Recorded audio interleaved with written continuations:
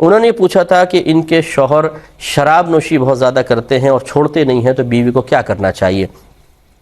دیکھیں، سب سے پہلے وہ نرمی سے سمجھائے، شوہر کا پردہ رکھتے ہوئے، نہ مانے تو بڑوں کو درمیان میں ڈالے، کیا وہ پردہ خود چاک کر رہا ہے، کیا کرے؟ بڑوں کے سمجھانے پر بھی باز نہ آئے تو اب وہ بہن خود غور کرے۔ اگر تو ان کی ایسی شرعی مجبوری ہے کہ وہ اس سے علیحدہ ہٹ کر نہیں رہ سکتی ہیں، کوئی سنبھالنے والا نہیں ہے، کوئی سہارا دینے والا نہیں ہے، وہ مطلب پھنسی ہوئی ہیں کسی بھی وجہ سے، تو پھر تو وہ دل میں اس کے فعل کو برا سمجھتے ہوئے اور نفرت رکھتے ہوئے، شوہر سے نہیں، ان کے فعل سے نفرت رکھتے ہوئے ساتھ رہ سکتی ہیں۔ لیکن اگر وہ سمجھتی ہیں کہ میں ان سے علیحدہ ہٹ کے گزارا کر سکتی ہوں، میں دوسرا نکاح آرام سے کر سکتی ہوں، تو پھر ایسے شخص کے ساتھ ہرگز نہ رہا جائے، کیونکہ اس کے یہ جو شراب پینے کی ایک مصیبت ہے، ایک نحوست ہے، جو اللہ کی لعنتیں ایسے شخص کے اوپر پڑتی ہیں، پھر ساتھ رہنے والے بھی اس سے محفوظ نہیں رہتے، کم از کم ان کے آپ کے بچوں پہ ایک منفی اثر مرتب ہوگا۔ اس لیے وہ بہن ان سے طلاق کا مطالبہ بالکل کر سکتی ہیں، علیحدہ ہو جائیں، ایسا شخص ساتھ رہنے کے قابل نہیں ہے۔ اگر کوئی ایسے شرابی بھائی سن رہے ہوں تو وہ غصے میں نہ آئیں کہ جی مفتی صاحب ہماری بیویوں کو کیا مشورہ دے رہے ہیں۔ آپ اگر غصے میں آئیں گے ہمارا صحیح مشورہ سن کر، تو اس میں آپ مزید میدان محشر میں پچھتائیں گے، ایک شراب نوشی پر اور دوسرے ایک صحیح مشورے اور شرعی مسئلے کو سن کر اس پہ غصے میں آنے پر 2 دفعہ آپ کی گرفت ہوگی، پکڑ ہوگی۔ اس لیے یہ کیوں نہیں کرتے غصے میں آنے کے بجائے کہ خود شرمندہ ہوں، آئینے میں اپنے آپ کو دیکھ کر ذرا منہ پہ 2-4 تماچے ماریں کہ نبی کریم صلی اللہ علیہ وسلم شراب نوشی کو حرام قرار دیں اور سرکار اس کو منع فرمائے، سرکار اس سے نفرت رکھیں، اللہ تعالیٰ قرآن میں اسے منع فرمائے، اور میں تمام تر نعمتیں اللہ تعالیٰ کی کھانے کے باوجود نفس و شیطان کی اطاعت کرتے ہوئے اس گندی چیز کو پیتا ہوں جو نجاست غلیظہ ہے، پیشاب کی طرح ناپاک ہے شراب ہمارے مذہب میں، اور اس کو پیٹ میں اتارنا، اور اسی حالت میں اگر مر گئے تو اتنا برا انجام ہے کہ کوئی تصور نہیں کر سکتے۔ تو اس لیے غصے میں آنے کے بجائے آپ اس چیز کو چھوڑیں اور اپنی بیوی بچوں کے لیے مسلسل شرمندگی کا باعث نہ بنیں، انہیں سہارا دیں، اپنے بچوں کے لیے ایک بری مثال بن کے نہ جائیں کہ آپ مر بھی جائیں تو بچے لعنتیں کرتے رہیں کہ ہمارا باپ شراب نوشی کرتا تھا، شراب پیا کرتا تھا، شرابی تھا۔ شرابی ہمارے یہاں گالی ہے، بہت بڑی گالی، جو نہ سمجھے تو نہ سمجھے، بہرحال تو اپنے بچوں کے لیے ایک اچھا باپ بننے کی کوشش کریں، نہ کہ آپ ایک برا باپ بن کر مریں اور بچے بیچارے پورے خاندان میں لوگوں کے سامنے نگاہیں چراتے پھرتے رہیں، شرمندگی ہوتی رہے اور لوگ ان کو تانے دیتے رہیں کہ تم شرابی کی اولاد ہو۔ ایسا نہ کریں، تھوڑا توجہ فرمائیں۔ یہ بہن نے فرمایا کہ 2 رشتہ دار ہیں، آپس میں بہت زیادہ لڑتے رہتے ہیں، اب اتنا جھگڑا ہوا کہ وہ قطع تعلق ہو گیا، تو اگرچہ رشتہ دار صلح کروا سکتے ہیں، لیکن کہتے ہیں ان دونوں کو علیحدہ رہنے دو، اگر ہم صلح کروائیں گے پھر لڑیں گے جھگڑیں گے، اس سے بہتر ہے کہ پورے خاندان میں امن ہے، ان کو دور ہی رہنے دیا جائے۔ تو ان لوگوں کا اس طرح صلح نہ کروانا کیا شرعی حیثیت رکھتا ہے؟ دیکھیں، اگر کثرت تجربات سے یہ بات ثابت شدہ ہے کہ جب کبھی صلح کروائی گئی ہے یا جب کبھی مل کر بیٹھتے ہیں تو کچھ عرصے بعد پھر تماشا کر دیتے ہیں، اور اس قسم کے رشتہ داروں کی عادت ہوتی ہے کہ اپنے گروپ بناتے ہیں کہ ایک اگر دوسرے سے ناراض ہوتا ہے وہ بہن بھائیوں میں سے کسی کو ملاتا ہے، وہ اپنے بہن بھائیوں میں سے ملاتا ہے، اس طرح سگے بہن بھائی ٹکڑیوں میں بڑھ جاتے ہیں، ایک گروپ ادھر ہو جاتا ہے، گروپ ادھر ہو جاتا ہے۔ اب اگر سب ایکا کر لیں اور یہ 2 جو آپس میں لڑ رہے ہیں کہیں کہ ان کو ان کے حال پر چھوڑ دیا جائے، اب اگر وہ قطع تعلق کریں تو قطع تعلقی پر ہی قائم رہنے دیا جائے، کیونکہ اگر ملایا تو پھر کچھ عرصے بعد جھگڑا کریں گے اور پھر ہمیں بھی انوالو کریں گے اور پھر وہی خاندان کے اندر بد مزگی پیدا ہوتی ہے، تو اس میں شرعاً کوئی حرج نہیں ہے، بلکہ بہت بہتر ہے کہ ان کو ایک دوسرے سے جدا ہی رہنے دیں، کیونکہ ایسا قریب آنا کہ پھر دلوں میں نفرتیں پیدا ہوں اور یہ نفرتوں کا وائرس ان کی نسلوں کے اندر منتقل ہو کر تمام نسلوں کو بھی جدا کر دے، اس سے بہتر ہے کہ ان کو دور ہی رہنے دیا جائے، اس میں دیگر رشتہ دار بالکل گناہگار نہیں ہوں گے۔ ایک کویسچن ایک بھائی نے کیا کہ ان کا ایک ایکسیڈنٹ ہوا اور جس میں ٹانگ کی ہڈی بہت زیادہ ڈیمیج ہو گئی ہے اور پلاسٹر وغیرہ چڑھایا ہوا ہے۔ اب صورتحال یہ ہے کہ واش روم بھی اگر جانا ہو تو بہت ہی دقت کے ساتھ جا سکتے ہیں، اور باقی پانی کا استعمال شدید منع ہے، اور حرکت کرنا بھی بہت ہی زیادہ دشوار ہے۔ یہ ایک پرابلم ہے جس کی بنا پر یعنی واش روم جانا یہ تو ایک مجبوری ہے، تو وہ بیچارے تھوڑے بہت سہارا لے کے وہاں تک پہنچ جاتے ہیں، باقی حرکت کرنے کو ڈاکٹر نے منع کیا ہے، تو نماز اور وضو کا حکم کیا ہوگا؟ دیکھیں، اگر ایسی صورتحال ہوتی ہے کہ جس میں انسان کی حرکت سے بھی تکلیف بڑھتی ہے، مرض بڑھتا ہے، اور یقینی سی بات ہے کہ وضو میں حرکت کرنی ہوگی، اور اس حالت میں اگر وضو کرواتے ہیں، اگر آپ کو بستر پہ بٹھا کے، تو کپڑوں کا گیلے ہوئے بغیر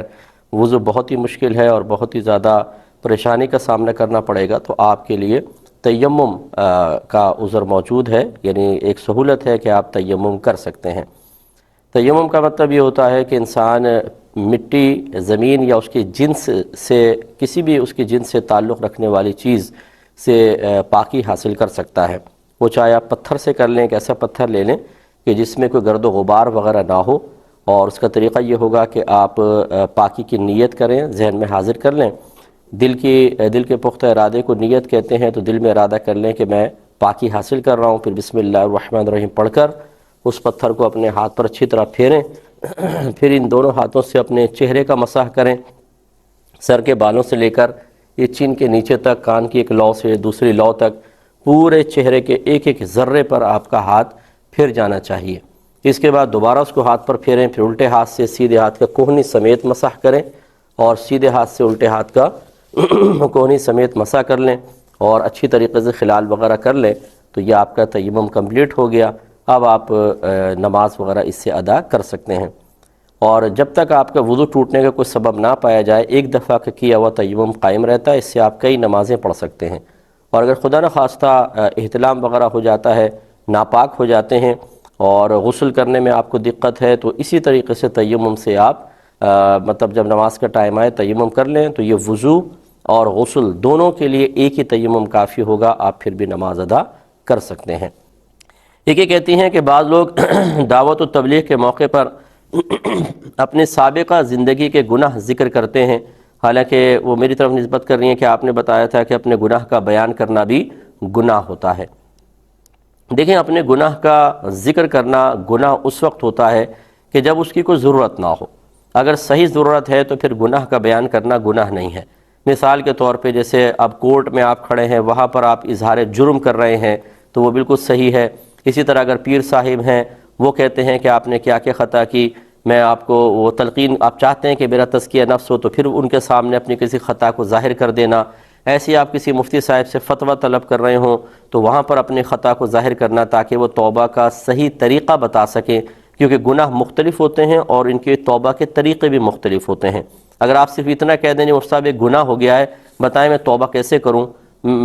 ہم جیسے لوگ کبھی بھی اس کا جواب نہیں دیں گے۔ ہم کہیں گے پہلے گناہ کی نوعیت بتائیں کیا ہے، وہ اللہ کی حق میں کوتاہی ہوئی ہے یا بندوں کے حقوق میں، پھر مالی لحاظ سے کوتاہی ہے یا جسمانی عبادات کے اندر کوئی کوتاہی ہے، یا پھر کچھ اور، یعنی جیسے انسان کا معاملہ ہے تو اپنی جسمانی تکلیف پہنچائی ہے، روحانی تکلیف پہنچائی ہے، مال کے لحاظ سے تکلیف پہنچائی ہے، ان کے توبہ کے طریقے مختلف ہوتے ہیں۔ تو اس طرح ان کے سامنے اظہار گناہ کرنے میں بھی حرج نہیں۔ اسی طرح دعوت و تبلیغ کے موقع پر اگر کوئی اپنی خطا اس لیے ظاہر کر رہا ہے کہ وہ بتانا چاہتا ہے کہ دیکھیں پہلے میں نے ایسا کیا لیکن پھر اللہ نے مجھے توبہ کی توفیق دی ہے، تو یہ اس میں کوئی حرج نہیں ہے کہ اگر کوئی دعوت و تبلیغ کا کام کرتا ہے اور وہ اپنے سابقہ زندگی کے واقعات اس لیے ذکر کرتا ہے تاکہ میرے سامنے بیٹھے ہوئے گناہگار بھی ہمت حاصل کریں کہ جب ایک شخص گناہوں سے باہر نکل کر اس طرح نیکی کی طرف آ سکتا ہے تو ہمارے لیے بھی ممکن ہے، تو پھر اس میں شرعاً کوئی حرج نہیں ہے۔ صوفیہ اعظام نے بہت سارے ایسے اکابرین جن کے نام میں اگر ذکر کروں تو آپ کہیں گے کہ واقعی بہت بڑے بڑے نام ہیں، ان کی سابقہ زندگی کے واقعات اسی لیے ترغیب کے لیے لکھے ہیں کہ کوئی پہلے یہ کام کرتا تھا، بعد میں جب وہ تائب ہوئے تو اتنا عروج اللہ نے ان کو عطا فرمایا۔ اس قسم کی چیزیں موجود ہیں، لہٰذا کر سکتے ہیں۔ بغیر ضرورت اپنے گناہ کو ذکر کرنا ہی منع ہے۔ جیسے دوست آپس میں، یار چل اپنی زندگی کوئی واقعہ تو بتا بے، یار میں نے یہ بھی کیا ہے، میں نے یہ بھی کیا ہے، میں نے یہ بھی کیا ہے۔ کیوں بتا رہے ہیں آپ؟ کوئی وجہ نہیں، بس ایسی وقت پاس کر رہے ہیں، تھوڑا سا مطلب بعض اوقات حصول لذت کے لیے ذکر کر دیتے ہیں، تو یہ پھر گناہ ہوتا ہے، بلکہ ایک اور گناہ ہے، بہت بڑا گناہ ہے۔ دوسرا ایک کویسچن ایک بھائی نے کیا تھا کہ ان کی زوجہ ان سے بدتمیزیاں کرتی ہیں، زبان چلاتی ہیں، کہنا نہیں مانتی ہیں، اور ان کی والدہ کی خدمت نہیں کرتی ہیں، تو کیا ایسی زوجہ کو طلاق دینا ان امور کی بنا پر شرعاً جائز ہے؟ دیکھیں، مسئلہ یہ ہے کہ پہلی بات تو یہ کہ وہ خدمت آپ کی نہیں کرتی ہیں، کہنا نہیں مانتی ہیں، اس کہنا نہ ماننے کی نوعیت کیا ہے یہ دیکھی جائے گی۔ اگر تو آپ کہتے ہیں جی کھانا بناؤ، وہ کھانا نہیں بناتی، کپڑے نہیں دھوتی، گھر کا کام نہیں کرتی ہیں، اسی طرح آپ کی والدہ کی خدمت نہیں کرتی ہیں، یہ سبب آپ بنانا چاہتے ہیں، تو دیکھیں شرعی لحاظ سے بیوی پر نہ ساس کی خدمت کرنا واجب ہے، نہ گھر کا کوئی کام کرنا واجب ہے، واجب نہیں ہے۔ بہتر ہے کہ ساس کو اپنی ماں سمجھ کر ان کی خدمت کریں، بہت ہی اچھی بات ہے، اور اسی طرح اپنے گھر کو اپنا گھر سمجھ کر بی بی فاطمہ رضی اللہ تعالی عنہا کی سنت پر عمل پیرا ہوتے ہوئے اپنے بچوں اور شوہر کی خدمت کریں، بہت ہی بیسٹ ہے اور باعث بلندی درجات ہے۔ لیکن شرعی مسئلہ یہی ہے کہ بیوی پر چونکہ یہ امور واجب نہیں ہے، لہٰذا اس میں شوہر جبر نہیں کر سکتا، اور ان امور کو بنیاد بنا کر طلاق نہیں دی جا سکتی ہے، دیں گے تو یہ ظلمی ہوگا اور ناجائز معاملہ ہوگا۔ اب رہا بیوی کا کہنا نہ ماننا، زبان چلانا، بدتمیزی کرنا، اس کا کیا سبب ہے یہ بھی ذرا معلوم ہو تو پھر واضح طور پہ کہا جا سکتا ہے۔ بعض اوقات شوہر کی خود اپنی حرکتیں ایسی ہوتی ہیں، اس کی طرف سے کچھ ایسی زیادتیاں ہوتی ہیں، اور تسلسل سے ناپسندیدگی والے ایسے معاملات کا ظہور ہوتا ہے کہ پھر بیوی پہلے تو خاموش رہتی ہے، پہلے سب کچھ سہتی رہتی ہے، پھر جب کچھ ٹائم گزرتا ہے تو ہمت بڑھتی ہے اور پھر وہ بھی دو بدو جواب دینے لگ جاتی ہے۔ تو اگر اس عورت کی بدتمیزی کا سبب خود شوہر کا مسئلہ ہے، شوہر کی طرف سے کی گئی کوتاہی ہے، تو میں اس بدتمیزی کی کوئی حوصلہ افزائی تو نہیں کروں گا، لیکن یہ مشورہ دیں گے کہ شوہر کو خود بھی نظر ثانی کرنی چاہیے۔ باقی رہا بیوی کی بدتمیزی کا مسئلہ، تو شوہر سے بدتمیزی کرنا، زبان چلانا، یہ بہت ہی بڑا گناہ ہے، اس پر انہیں توبہ کرنی ہوگی۔ ایک انہوں نے کہا کہ اگر بیوی شوہر سے ضرورت کی چیزیں مانگے، تب شوہر کہتا ہے کہ تم بد زبانی کر رہی ہو، بدتمیزی کر رہی ہو، گناہ گار ہوگی، تو کیا حکم شرع ہوگا؟ دیکھیں، یقینی سی بات ہے کہ ضرورت کی چیزیں بیوی کو مانگنے کی ضرورت نہیں ہے، شوہر خود فراہم کرے اس پر واجب ہے،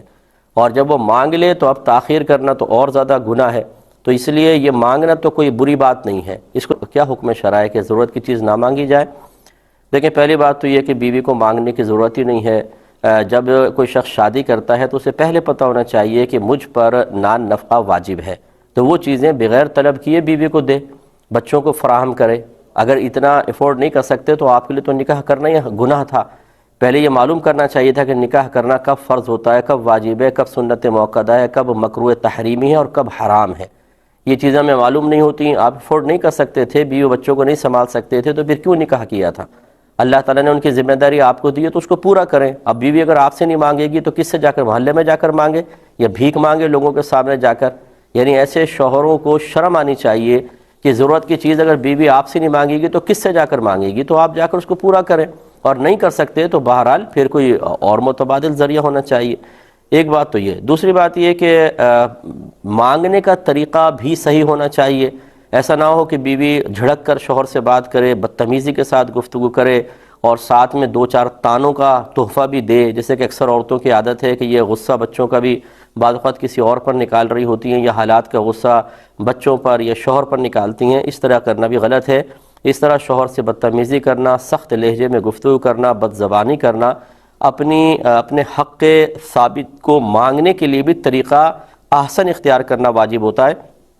یہ نہیں کہ آپ بدتمیزی کریں۔ اگر اس وجہ سے شوہر آپ کو کہتے ہیں کہ بھی ضرورت کی چیز مانگنے میں تو کوئی مسئلہ نہیں ہے، ٹھیک ہے تم طلب کر سکتی ہو، لیکن تمہارا لہجہ غلط ہے، تمہارا انداز غلط ہے، تم یہ جو تانے دے رہے ہو وہ غلط ہے، اس وجہ سے وہ کہتے ہیں کہ تم بد زبانی کر رہی ہو اور گناہ گار ہوگی، تو وہ بالکل ٹھیک کہہ رہے ہیں۔ تو جانبین سے خیال کرنا چاہیے۔ ہاں، اگر یہاں پہ میں ضرور عرض کر دوں گا، اگر واقعی شوہر کی شرعی مجبوری ہے، آج کل روزگار نہیں ہے، بہت سے بے روزگار ہوتے ہیں، کام وغیرہ نہیں مل رہا ہوتا، ایسی صورت میں اگر کوئی شوہر جو پہلے نان نفقہ مکمل دیتا تھا، بعد میں اس طرح کے کرائسس میں گرفتار ہونے کے بعد کوتاہی کا مرتکب ہو رہا ہے، تو اب وہ گناہ گار نہیں ہے، کیونکہ اب وہ جان بوجھ کے ایسا نہیں کر رہا ہے۔ تو میں نے جو کلام کیا وہ ان شوہروں کے بارے میں ہے کہ جو سب کچھ قدرت رکھتے ہیں، ہٹے کٹے کام بھی کر سکتے ہیں، لیکن جان بوجھ کر کام نہیں کرتے ہیں، اور پھر جب بیوی ضرورت کی چیز مانگے تو اس پر برسنا شروع کر دیتے ہیں۔ یہ ہے قابل گرفت اور غلط۔ ایک کہتی ہیں کہ ایک والدہ بیمار ہیں، کسی نے کہا کہ آپ اپنے سیدھے پاؤں کا پانی اپنے بیٹے کو پلا دیں تو وہ آپ کا خیال رکھے گا، کیا یہ صحیح ہے؟ دیکھیں، ایسی کوئی شریعت کے اندر بات موجود نہیں ہے، یہ نئے نئے ٹوٹکے نکال کر خواہ ان کو آزمانا۔ اب پاؤں میں یقینی سی بات ہے کہ کتنا ہی صاف ستھرا آپ کر لیں، بہرحال وہ ایک نظافت کے خلاف بات لگتی ہے کہ پاؤں کا پانی نکالنا پھر وہ بچے کو پلانا، یہ قطعاً غیر مناسب ہے، اور ان چیزوں سے بچے خیال نہیں کرتے ہیں۔ انہیں دین سکھائیں، انہیں ادب سکھائیں، انہیں اللہ تعالیٰ اس کے رسول کی تعلیم کے قریب لے کر آئیں۔ ہم نہ دین سکھائیں نہ کچھ کریں، اس طرح کے وظیفے اور پاؤں کے پانی پلا کر چاہیں کہ بچے غلام بن جائے، ایسا آپ کا خواب کبھی بھی پورا نہیں ہو سکتا۔ اگر فقیر کی بات آپ کو سمجھ میں نہ آئے تو کر کے دیکھ لیں۔ اصل ہے تعلیم شرع۔ شریعت کی تعلیم سے بچوں کا دل نرم ہوتا ہے، ان کے ذہن میں ہر وقت وہ دلائل موجود ہوتے ہیں، وہ دلیلیں، وہ تعلیم موجود ہوتی ہے کہ نفس و شیطان کے وسوسوں کے جواب میں بطور دلیل اس کو پیش کر کے وہ اپنے آپ کو ان وساوس سے محفوظ رکھ سکتے ہیں۔ یہ اس قسم کے ٹوٹکے کرنے سے اگر وقتی طور پہ کوئی اثر نظر بھی آئے جو حقیقتاً اس کا اثر نہیں ہے، وہ کوئی اور ذرائع ہوتے ہیں، لیکن بہرحال تو یہ دائمی نہیں ہوتے، پھر وہ ختم ہو جائے گا، آپ کتنا پانی پلائیں گے اس کو؟ تو اس قسم کی چیزوں پر نہ آئیں، بلکہ دین سکھانے کی طرف آئیں، اپنے بچوں کو تعلیم شرع سکھا کر پھر ان کو اپنا فرما بردار بنائیں۔ ایک یہ کہتی ہیں کہ ایک مسجد ایسی ہے جس کا راستہ، داخلی راستہ ایک ہی ہے، اور وہ کنفرم ہے کہ اس میں کچھ قبریں تھیں رستے میں، اس کو مسمار کر کے ان پہ راستہ بنایا گیا ہے، تو اس مسجد میں نماز پڑھنے کا شرعی حکم کیا ہوگا؟ دیکھیں، نماز تو اپنے مقام پر ہو جائے گی، فرضیت بھی ادا ہوگی، اور صحیح طریقے سے ادا کریں گے تو اس پہ ثواب بھی ملے گا، لیکن اس دروازے سے داخل ہونا گناہ ہے، یہ شدید مکروہ تحریمی ہے، کیونکہ جن قبور کو مسمار کر کے راستہ بنایا گیا ہو اس راستے پہ چلنا فقہا نے واضح طور پر حرام قرار دیا ہے، مکروہ تحریمی ہے، اور حرام مکروہ تحریمی کو بھی حرام کہہ دیتے ہیں، تو اس لیے حرام کے نزدیک انسان گناہ گار ہوگا۔ مسجد کمیٹی کو چاہیے، ان پہ فرض ہے کہ فوراً سے پیشتر متبادل کوئی اور راستہ اختیار کرے، ورنہ تمام کے تمام گناہ گار ہوتے رہیں گے۔ اور جہاں جہاں یقین ہے کہ قبریں تھی وہاں پہ ایک باؤنڈری بنائیں تاکہ اس ایریے میں کوئی داخلی نہ ہو، ورنہ نہیں ہوں گے تو یہ سب کے سب گناہ گار ہوں گے، اور بروز قیامت یہ جتنی میتیں ہیں اگر وہ مسلمانوں کی ہیں تو، کیونکہ انہی کا احترام ہے، اگر غیر مسلم ہوتے مثال کے طور پر اور پھر اس کی قبر کوئی مسمار ہو جاتی تو اس پہ چلنا تو شرعاً جائز ہے، یہ احترام مسلم کی وجہ سے ہے کہ اگر اس طرح کیا جائے تو پھر یہ میتیں بروز قیامت اللہ تبارک و تعالیٰ کی بارگاہ میں اپنے حق میں کی گئی کوتاہیوں کا سوال کریں گی، اور ان نمازیوں کو جواب دینا ہوگا، اور اگر اللہ ناراض ہوا تو اس کی سزا بھی مل سکتی ہے۔ ایک یہ کہتے ہیں کہ کسی کوئی محفل کروانا چاہتے تھے، اس میں لوگوں کی کثرت بڑھانے کے لیے انہوں نے یہ کہا کہ جو یہاں پر آئے وہ دودھ کا مٹکا اپنے سر پہ رکھ کے منت مانے، ان کی منتیں پوری ہوں گی، اور اس کے پیسے جو ہیں وہ کمیٹی کو آپ دیں۔ تو کیا اس طرح کثرت بڑھانے کے لیے اس طرح منت کی ترغیب دینا شرعاً صحیح ہے؟ دیکھیں، بالکل غلط ہے، اور میں اس قسم کی کسی چیز کی حوصلہ افزائی نہیں کرتا ہوں۔ بعض لوگ ہماری ان باتوں کو سن کے ناراضگی کا اظہار کرنا شروع کر دیتے ہیں، لیکن میں ان سے دائرہ ادب میں رہ کے گزارش کرتا ہوں کہ اگر لوگوں کو ان نئی خرافات کی ایجادات سے نہ روکا جائے تو آپ مجھے بتائیں کہ جن کو آپ نے پہلے ایک جائز چیز کی اجازت دی تھی، کیا وہ اس جائز پر قائم رہے ہیں؟ آپ مزارات پر جا کر دیکھ لیں، مزار بھجانا جائز تھا، اس کی حاضری جائز تھی، وہاں قرآن پڑھنا جائز تھا، لیکن اب کس قدر خرافات ہو رہی ہیں۔ وہ علماء کے یا وہ اشخاص، وہ مقررین جو ان باتوں پر اظہار ناراضگی کرتے ہیں، میں ان کو دعوت دیتا ہوں کہ آپ عرسوں کے دنوں میں جائیں اور جا کے لوگوں کو روک کر بتائیں ذرا۔ اسی طریقے سے جو دیگر بڑے بڑے ایونٹس آتے ہیں ان میں جو لوگ خرافاتیں کرتے ہیں، غلط طریقے سے امور سر انجام دیتے ہیں، اس لیے کہ جب کوئی چیز عوام کے ہاتھ میں آ جائے تو ان کو پھر قابو میں کرنا بہت مشکل ہو جاتا ہے، اور وہ پھر کسی ایک مخصوص مکتب فکر بلکہ دین اسلام کی بدنامی کا سبب بنتے ہیں، اور پھر ان کو روکنا مشکل ہوتا ہے۔ تو اس قسم کی چیزوں کی اگر اجازت دی جائے، اب یہ کسی نے اپنے ذہن سے ایک نئی چیز ایجاد کر لی، نہ علماء سے پوچھا ہوگا، نہ اس کا کوئی معاملہ، پھر ایک اور نئی چیز نکال لے گا، پھر ایک اور نئی چیز نکال لے گا۔ یوٹیوب پر آپ جا کر دیکھ لیں کس قدر خرافاتیں موجود ہیں، جو لوگوں نے نشاندہی کے لیے کلپس وغیرہ ڈالے ہیں۔ جو لوگ ہماری ان باتوں کو سن کے ناراضگی کا اظہار کرتے ہیں کہ جو لوگوں کو روکا نہ جائے، یوں نہ سختی کریں، یوں نہ کریں، تو ان تمام مقامات پر جا کے ذرا ان لوگوں کو منع کر کے تو دیکھیں۔ علماء کا تو کام ہی یہ ہے، فرض منصب ہی یہ ہے، اگر معاشرے میں کوئی برائی ہوتی دیکھیں تو اس کی نشاندہی کریں، کم از کم نشاندہی کریں، کم از کم اپنی زبان سے ان کو روکیں، کیونکہ ہمارے پاس بازو کی طاقت نہیں ہے۔ یہ ریاست کا کام ہے کہ وہ پاور سے روکے، علماء کا کام ہے کہ وہ زبان سے روکیں، اور عوام کا کم از کم درجہ یہ ہے کہ وہ دل میں اس کو برا جانے۔ تو اس لیے اس قسم کے ہم بالکل حوصلہ افزائی نہیں کریں گے۔ ان کمیٹیوں کو اللہ کی بارگاہ میں توبہ کرنی چاہیے۔ کوئی یہ محافل رکھنا یا اس طرح کے اجلاسات رکھنا، جلسے جلوس رکھنا، یہ کوئی فرضیہ واجب کوئی ہے کہ ان کے لیے نئی خرافات آپ ایجاد کر کے اور لوگوں کو مختلف قسم کی خرابیوں میں مبتلا کریں۔ ایک آپ کام کریں گے، آپ کو دیکھ کر 10 آدمی ایسے مزید کام کریں گے، اور اس طرح پھر بہت سارے ناجائز امور معاشرے میں عام ہو جاتے ہیں۔ اس لیے ہماری گزارش ہے کہ اس طرح کے معاملات نہ کیے جائیں۔ یہ کہتی ہیں کہ کوئی ایک مبلغہ ہیں، وہ کسی دوسری مبلغہ یا عالمہ کا بیان نہیں سنتی ہیں، پسند نہیں کرتی ہیں سننا، وہ چلی جاتی ہیں یا نہیں سنتی ہیں، تو ان کے لیے کیا حکم شرع ہوگا؟ دیکھیں، اگر یہ نہ سننا تکبراً ہے کہ وہ اپنے آپ کو بہت ہی بڑی عالمہ سمجھتی ہیں اور دوسروں کو نگاہ حقارت سے دیکھتی ہیں، حالانکہ بیان بڑا مدلل، دوسرے کا بیان مدلل ہے، علمی بیان ہے، لیکن میں کیوں سنوں؟ اگر میں سنوں گی تو پھر ان سے تھوڑا سا مجھے کم ہونا لازم آئے گا۔ اس تکبر کی وجہ سے اگر وہ نہیں سنتی تو ضرور قابل گرفت ہیں، ان کو سننا چاہیے۔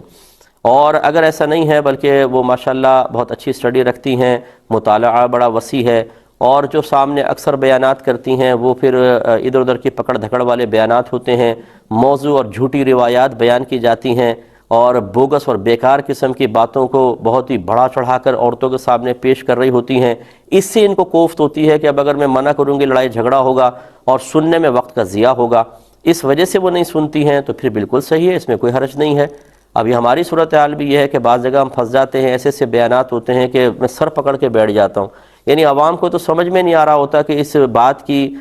شرعی حیثیت کیا ہے، اس میں وزن ہے یا نہیں ہے، یہ قوی بات ہے کہ نہیں، اس کے ذرائع کہاں سے، ماخذ کہاں سے یہ بات لی گئی ہے۔ انہیں کوئی بھی آپ بات سنائیں لوگ تو واہ واہ واہ اور سبحان اللہ کر رہے ہوتے ہیں، لیکن ہم جیسے لوگ جو ہیں وہ انتہائی شدید کوفت کا شکار ہوتے ہیں۔ اگر کسی جگہ ہم پھنس جائیں کسی جلسے جلوس میں اور آدھے پونے گھنٹے اس طرح کی تقریر سنیں تو ہمارے تو سر میں درد شروع ہو جاتا ہے، کیونکہ لوگوں کو نہ کچھ سیکھنے کو مل رہا ہوتا ہے، نہ کوئی تربیت ہو رہی ہوتی ہے، رتب و یابس کے ذریعے اپنا وقت ضائع کیا جا رہا ہوتا ہے، اس میں کوفت ہوتی ہے۔ تو اکثر پھر مطلب یہ کہ یا تو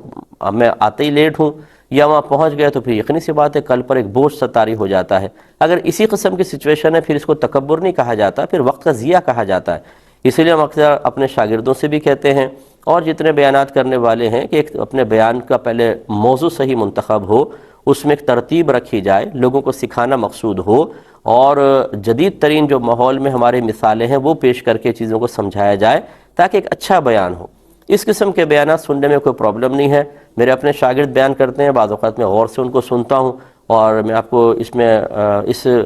چیز کو کا اعتراف کرنے میں کوئی عار یا شرم محسوس نہیں کرتا ہوں کہ بعض اوقات کوئی ہمارے شاگرد اچھا بیان کر رہے ہوتے ہیں، ان میں کوئی مثال کوئی نقطہ ایسا مجھے اچھا لگتا ہے کہ میں اس کو اختیار کر لیتا ہوں، اس میں کوئی بری بات نہیں ہے۔ تو اس قسم کی سچویشن اگر ہو تو الگ ہے، لیکن اگر تکبر کی وجہ سے ہے، غرور کی وجہ سے ہے، اپنے آپ کو بڑا سمجھ کر ہے، تو پھر ایسی بہن کو توبہ کرنی چاہیے اللہ کی بارگاہ میں اور اپنے روش کو تبدیل کرنا چاہیے۔